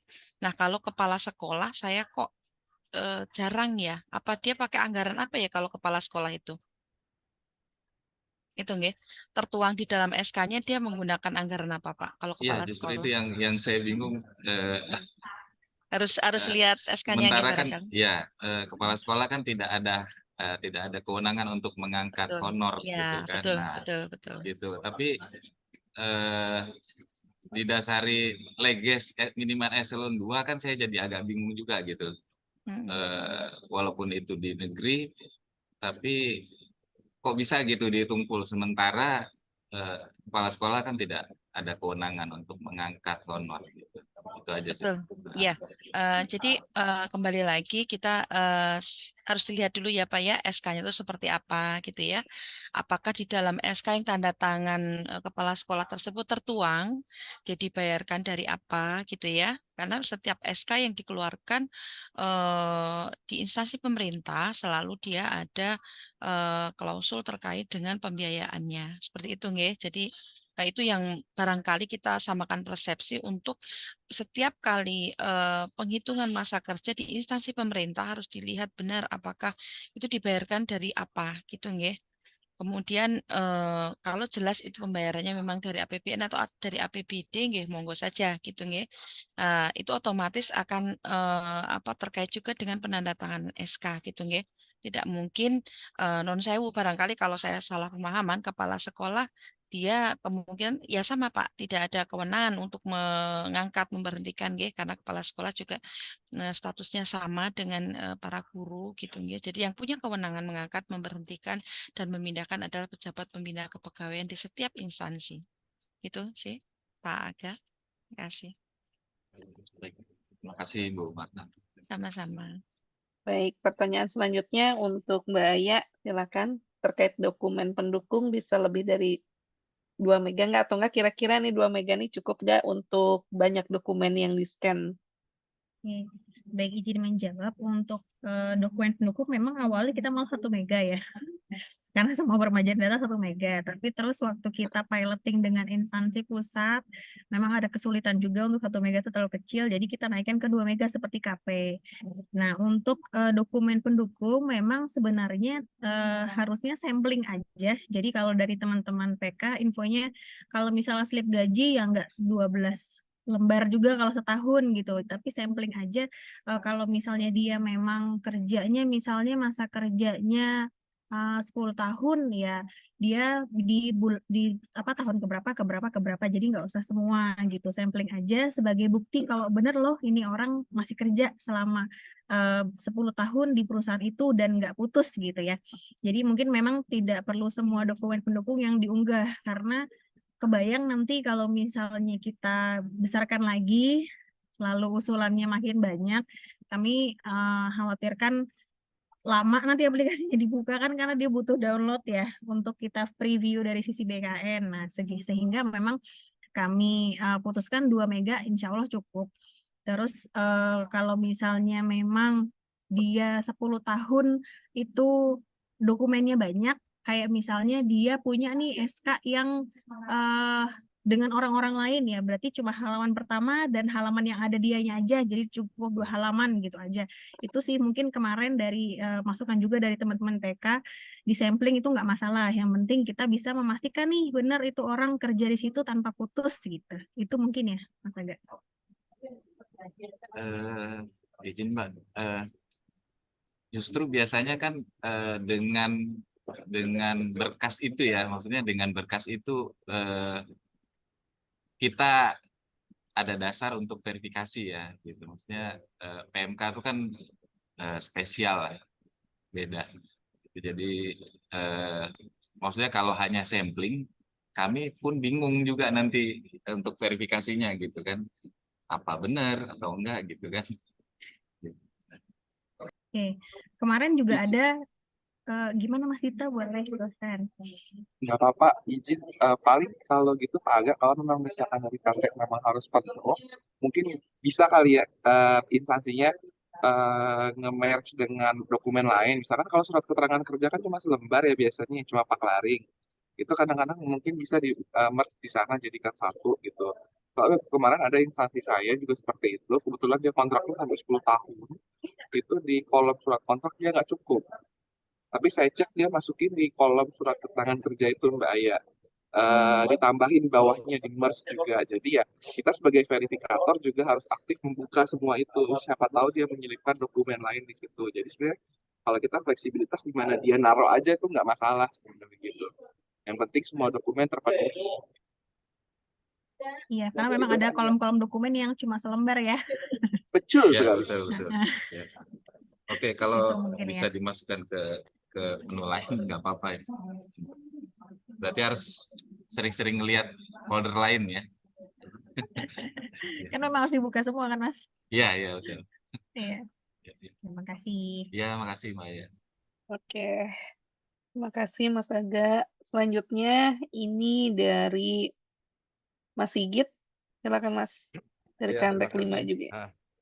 Mohon izin Mbak, saya nambahin sedikit itu mungkin sama Bu Marta ya. Yang masalah SK Kepala Sekolah ya. Memang kalau di wilayah DKI Jakarta khususnya Kanrek 5, itu dulu memang ada riwayat ya istilahnya gini ya, keputusan politik lah ya saya bilang ya. Karena memang dulu ada pengangkatan guru bantu. Nah, guru bantu itu ternyata itu juga SK-SK-nya juga banyak dari kepala sekolah. Nah, itu juga diangkat itu. Yang penting waktu itu S1 dia. Karena di DKI minta persyaratan yang penting pendidikannya S1, jadi dibutuhkan. Karena waktu itu kebetulan saya ikut verifikasi ya di Puncak, sekitar hampir 5.000-an. Memang yang punya guru bantu itu hanya di Provinsi DKI Jakarta. Selainnya itu tidak ada. Gitu. Mungkin yang ditanyakan Mas Aga itu ada riwayatnya dulu. Gitu. Makasih gitu, Mbak Marta.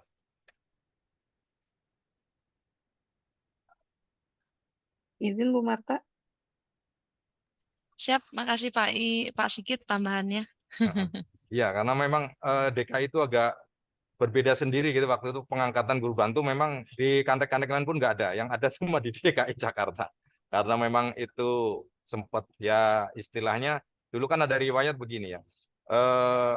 Yang diangkat dulu itu tenaga honor itu kan PTT dulu. Padahal guru bantu itu udah lama sekali termasuk bekerja di instansi pemerintah. Gitu. Mungkin nambahin sedikit itu aja Bu Marta, izin. Siap. Terima kasih Pak Sigit. Terima kasih. Oke, baik. Terima kasih Pak Sigit, Bu Marta. Selanjutnya ada lagi teman-teman Kanrek. Atau ini Bu Helpina mau langsung, ya, silakan Ibu. Mbak Yulia, makasih. Mungkin ke ini aja ya, ke Ibu Marta. Apa namanya, persamaan persepsi aja nih Bu Marta. Karena ini kan kita di Kanrek 7 masih penghitungan masa kerja itu kan pakai PP 48 ya, honorer. Jadi selama ini banyak yang honorer di atas 11.11.2005 itu mengajukan PMK kita tolak. Karena intinya karena pembayaran gajinya tidak memakai APBD dan APBN kayak gitu. Tapi mereka memakai yang pengadaan yang Ibu Marta sebutkan tadi kan. Jadi ini sebagai persamaan persepsi ya agar yang di pusat sama yang di Kanrek itu sama penghitungannya. Sehingga mereka kan enggak, kenapa waktu CPNS-nya boleh diperhitungkan yang baru ya. Nah, sedangkan yang honor-honor lama itu yang di atas 11.11.2005 tidak dapat diperhitungkan. Begitu aja kali Bu Marta. Biar ini ya, sama kalau ada yang YBS mempertanyakan itu, kita bisa dapat sama jawaban, tidak berbeda begitu. Terima kasih Bu Marta, Mbak Yulia. Siap, terima kasih Bu Elvina. Nggih. Jadi memang mungkin nomenklaturnya ya barangkali nggih. Kalau dulu honorer gitu nggih, kalau sekarang kan sudah nggak ada honorer. Ada nanti diganti dengan pegawai pemerintah dengan perjanjian kerja atau apalagi gitu nggih. Kalau kami mensiasatinya adalah tetap aturannya dengan menggunakan tadi yang saya sampaikan PP 98 2000 dan juga ada peraturan PKN 2018 tentang petunjuk teknis pengadaan CPNS. Jadi pedoman kami itu Ibu. Jadi masa kerja yang dapat diperhitungkan ya sesuai apa yang disampaikan di dalam aturan itu. Nggih. Mau dia itu nomenklaturnya honorer, mungkin honorer sekarang sudah nggak ada nggih Bu nggih. Istilahnya mungkin sudah bukan honorer, tetapi dia dibayarkan oleh pemerintah atau dibayarkan dengan APBN atau APBD, kita akui itu. Gitu ya. Jadi kemudian saya rasa ini hanya persepsi yang ini aja, nomenklatur saja nggih. Apa sih istilahnya? Kalau dulu honorer, sekarang bukan honorer, itu saja sih Bu nggih. Tapi prinsipnya saya rasa sama gitu nggih. Selama dia dibayarkan dengan APBN atau APBD, kita sama-sama akui gitu nggih. Karena memang mereka bekerja gitu. Itu sih Bu Helpina, terima kasih. Ya, makasih Bu Marta. Sama-sama. Nambahin Bu Marta kayak BLU Yap. itu juga kan yang kantor yang bayar itu belum bisa diperhitungkan masa kerjanya ya, yang terutama yang di rumah sakit ini. Oh ya, jadi gini Bu, seperti tadi saya sampaikan, itu BLU itu dibayarkan dari anggaran apa gitu Bu? Dari BLU itu berarti karena dia punya apa ya Bu, ya punya pendapatan sendiri ya, mungkin apa sih Iya. istilahnya ya? Dana kantor lah ya itu. Ya, dana kantor. Jadi barangkali gini Bu, kalau BLU dibayarkan dari dana rumah sakit misalnya ya, rumah sakitnya mungkin saya sih sementara ini jarang ya Bu ketemu kasus seperti itu. Barangkali ini Bu, Bapak Ibu juga yang dari apa namanya dari kantek lain barangkali ketika dibayarkan dari dana rumah sakit, misalnya tadi BLU ya, misalnya kita ambil BLU, apakah bisa kita akui setengah atau kita anggap dia swasta atau kita anggap dia negeri. Kalau negeri kan harus dibayar dari APBN, nggih. Tapi karena itu dari penghasilan, saya bahasanya gitu, nggih, dari penghasilan di rumah sakit gitu ya. Itu apakah kita bisa akui dari 50% gitu. Kalau dia di rumah sakit swasta mungkin jelas itu 50% nggih. Tapi kalau dia di rumah sakit negeri ini yang agak ini nggih. Saya kebetulan kami belum jarang Bu menemui kasus kayak gitu. Barangkali kita sharing nggih Bapak Ibu di sini. Izin Mbak Marta. Siap, monggo Pak. Nggih, kanrek Pak Slamet, 1, Mbak. siap, monggo Pak. Nggih. Nggih. Saya sebenarnya tadi juga pengen matur tapi duluan Pak Ridwan gitu. Karena subuh ya saya minggir dulu gitu. Oke Mbak, sebenarnya banyak hal yang sebenarnya harus ditindaklanjuti. Saya off cam saja ya tadi soalnya baru olahraga belum sempat ganti. Jadi gini, sebenarnya tadi pagi saya sebenarnya sudah WA ke Bu Dir terkait dengan PMK. Itu jujur saja sampai saat ini kan juga belum ada regulasi yang secara khusus mengatur mengenai PMK.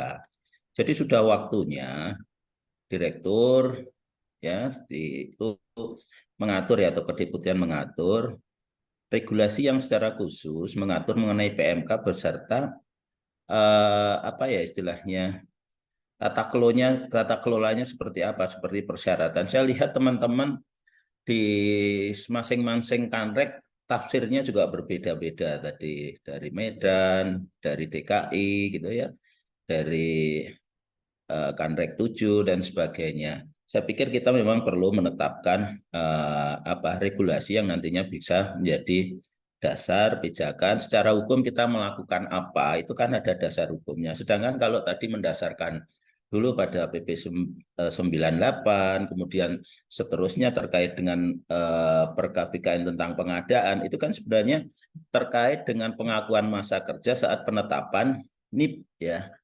Sedangkan ini kan sudah kelanjutan dari penetapan nih, pada saat ini mereka sudah PNS. Nah, kita perlu saya pikir mulai berpikir untuk menetapkan sebuah regulasi yang bisa digunakan sebagai dasar hukum pengakuan terhadap masa kerja ini. Itu beserta hal-hal yang diakui, karena teman-teman Mbak Marta tadi sendiri saja juga multitafsir kan Mbak. Sebenarnya yang diakui itu sekarang bedakan penuh atau setengah itu kan bukan sumbernya dari mana, tapi kan lembaga ataupun badan hukum di mana yang bersangkutan melaksanakan tugasnya sebagai tenaga honorer saja. Kalau tadi di RSUD-nya dibayarkan dengan BLUT, Badan Layanan Umum. Itu kan sebuah anggaran yang dikelola oleh rumah sakit itu ya. Artinya dia tetap rumah sakit pemerintah. Ya kalau seperti itu pemahaman saya dia ikut atau sesuai dengan ketentuan bahwa dia bekerja pada satuan organisasi pemerintah sehingga bisa dibayar dengan penuh gitu. Nah, yang jadi persoalan adalah yang tadi SK-nya ditetapkan oleh kepala sekolah gitu ya. Jadi memang bukan hanya di Kanrek 5 ataupun di DKI, tapi saya melihat teman-teman di semua Kanrek itu sebenarnya galau terkait dengan apakah SK yang ditetapkan oleh kepala sekolah itu bisa diakomodir atau tidak dalam PMK ini. Saya ingat dulu di tahun 2005-2006 waktu penetapan NIP dari tenaga honorer, itu kan perdebatan itu terjadi ketika sumber biaya yang dibayarkan pemerintah itu didasarkan pada SK yang ditetapkan oleh siapa. Nah, oleh siapa itu kalau tidak salah dulu Pak Bambang Kris selaku Deputi Dalpek kan menetapkan oleh pejabat yang mempunyai kewenangan otoritatif untuk mengelola anggaran negara, kalau tidak salah seperti itu. Hanya saja persoalannya kalau yang menetapkan pejabat yang mempunyai kewenangan otorisasi, sampai saat ini kita juga ragu. Karena apa? Karena adanya hanya di eselon 2, sedangkan honorer kita turunnya sampai ke kepala sekolah. Nah, teman-teman sampai sekarang ini pemahamannya kepala sekolah mempunyai wewenang karena dia mengelola dana BOS dan teman-teman honorer dibayarkan dengan dana BOS. Nah, itulah yang kemudian akhirnya kepala sekolah itu diakomodir dalam menetapkan masa kerja ini, dalam menetapkan SK sebagai perhitungan masa kerja. Jadi memang jujur saja kita yang di Kanrek ini hampir semua Kanrek mengalami galau terhadap ijazah SK yang ditetapkan oleh kepala sekolah ini. Kalau bayar semua jelas dari APBN ataupun APBD, Mbak, kalau di lembaga pemerintah itu. Saya kira itu mungkin Bu Marta hal yang bisa kami sampaikan. Kalau terkait dengan aplikasi tadi teman-teman sudah menyampaikan terkait bagaimana perhitungan masa kerja. Kalau sebenarnya saya setuju tadi dari yang Mbak siapa yang menyampaikan bahwa BKN dibuat agak sedikit nyaman gitu ya, dengan kalau misalnya tidak memenuhi syarat atau kurang dan sebagainya tinggal mengkomunikasikan dengan pengusul tadi, biar pengusul yang nantinya akan melakukan proses input. Karena saya melihat di SIASN memang campur tangan BKN itu sedikit. Kita hanya sebagai verifikator akhir ataupun approval saja, sedangkan verifikasi awal itu di instansi pengirim. Kalau saya setuju seperti itu. Saya kira terima kasih Mbak Marta dan juga Bapak Ibu yang lain. Monggo. Ya, terima kasih Bapak atas masukannya. Baik, teman-teman yang lain ada lagi yang akan bertanya? Atau sudah pada paham semua ya? Semua informasinya sudah lengkap? Sepertinya cuma sedikit ya kalau yang bertanya aplikasi, kebanyakan teknis pemeriksaan PMK-nya yang banyak ditanyakan. Berarti kita fokusnya lebih ke aplikasi ya Bapak Ibu. Jadi kalau ada bingung-bingung di aplikasi boleh ditanyakan sekarang saat BIMTEK ini seperti itu. Oke, ini kayaknya dari Kanrek 4, Bu Heni, ada yang akan ditanyakan? Oke. Mundur lagi ya. Jadi memang teman-teman IT ini kan input masa kerja ya. Tetapi SK-nya harus benar dulu, itu hitungannya udah benar dulu. Saya sepakat tadi Bapak yang dari Pak Slawi, memang tahun 2013-14 pun pengangkatan XTHK2 memang itu kan pengangkatannya memang tidak tepat ya. Itu memang menggunakan SK kepala sekolah dan satu lagi kepala puskesmas kalau nggak salah. Dan itu sudah dihitung masa kerjanya. Jadi kalau sekarang kita menanyakan itu, lalu sekarang baru dihitung, itu pasti salah banget, pasti anomali. Yang kita input adalah yang sekarang mau diajukan penghitungan sekarang ini. Jadi SK itu kita abaikan. Kalau belum dihitung ya udah SK yang sudah diterbitkan 2013-14 yang untuk XTHK2 itu kita input. Yang sudah diinput oke, yang belum nggak usah dibicarakan oleh teman-teman IT. Diberesin oleh bidang teknis, teman-teman bagian yang nggak aja.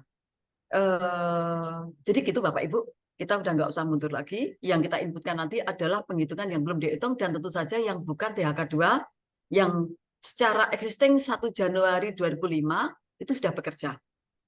Itu kira-kira ya. Jadi memang saat itu memang ada kepala sekolah dan kepala puskesmas yang diberikan kewenangan untuk menandatangani, dan itu sebetulnya memang anomali banget, tetapi kita teruskan kebijaksanaan itu. Dan sekarang sudah kita tidak bicarakan itu lagi. Kira-kira gitu, terima kasih. Ya, baik, terima kasih Bu Heni atas masukannya. Mbak Aya, ada yang mau ditambahkan? Mungkin ini nanti sebelum langsung ditutup ya Mbak Yul. Jadi Bapak Ibu, memang ini saat ini kita kan fokus ke aplikasi dulu. Nanti tolong nanti kami akan share link untuk ke setiap Kanrek ya. Jadi dilaporkan instansi mana yang mau dijadikan piloting. Tapi tadi juga ada beberapa Kanrek yang ternyata sudah ada instansinya yang mengajukan PMK gitu. Kalau itu mau diterusin dijadikan instansi piloting ya boleh, monggo. Kalau misalnya mau lebih dari satu yang sudah pengusulan, misalnya 3 nih udah ada instansi ngusulin, mau 3 instansi juga boleh aja sih sebenarnya. Cuma kami nanti memang main aman dulu ya, kita takutnya nanti ada yang kurang-kurang atau seperti apa kalau kita langsung buka semua, sehingga makanya metodenya pakai piloting gitu. Nanti kami share linknya, mungkin ya nanti rekamannya juga kita upload di support ya. Jadi di support SCSC nanti kita unggah juga rekaman BIMTEK ini sehingga teman-teman yang tertinggal dari awal nanti bisa nonton lagi. Itu mungkin Mbak Yul nanti kita lanjutkan di grup ya di Universe, nanti kita infokan linknya untuk diisikan teman-teman instansi, mana-mana instansi-instansi yang mau diisikan teman-teman Kanrek, mana-mana instansi yang mau dijadikan piloting seperti itu. Itu mungkin Mbak Yulia, monggo bisa ditutup aja. Oke, siap. Terima kasih Mbak Aya. Baik teman-teman, jika tidak ada yang ditanyakan lagi, mungkin kita akan akhiri acara kita hari ini. Mungkin tidak ada penutupan ya Mbak Aya ya. Langsung saja saya tutup ya kalau begitu. Baik Bapak Ibu, karena tidak ada yang ditanyakan lagi, terima kasih atas atensi Bapak Ibu. Saya Yulia undur diri mewakili seluruh Direktorat PPSI ASN yang bertugas. Mohon maaf bila terdapat kekurangan dalam penyelenggaraan acara. Wabillahi taufiq wal hidayah. Wassalamualaikum warahmatullahi wabarakatuh. Waalaikumsalam warahmatullahi wabarakatuh.